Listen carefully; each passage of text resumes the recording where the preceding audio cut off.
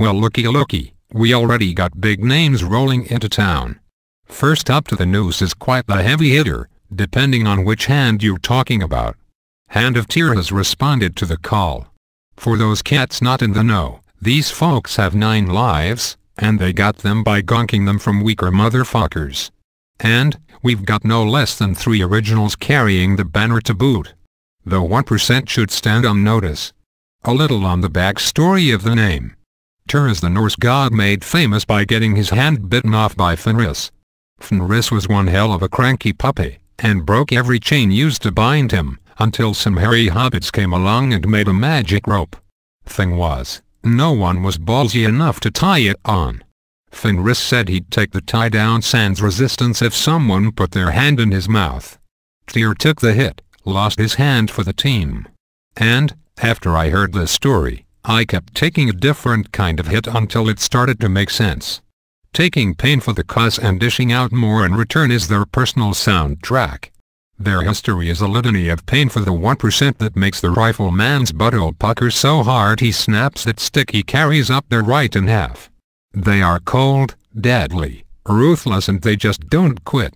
Honestly, if you don't know who these folks are, go read up on your Movement 101 literature, because you skipped a few chapters.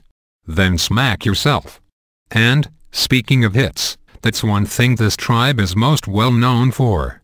These are the type of beat sticks that beat on each other to warm up, before the fight, to first blood. Then, come the rumble formal. These wounds are left, untreated as it were, until the last enemy is dropped. I call it cookie, but they call it WODE. To each their own. The tribe is big, from way back in the golden era of Los Angeles. It is led by none other than the illustrious Thorvald. Guy's an old dog with lots of new tricks, been a friend of liberty since dirt was new, and some say he was present when that thorny contract got the good old John Hancock? Take that as you will. Also, I see Dom decided to drop his leather this way.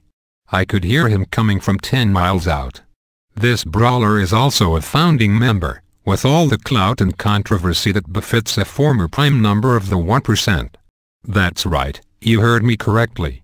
Back in the day, the Redcoats might have called him a turncoat, but I dare you to say that to his face. He'll show you his Fenris impression, and it won't be pretty. Of course, how could I not mention this? They brought a goddamn luchador to our circuit freak. None other than El Cucoy?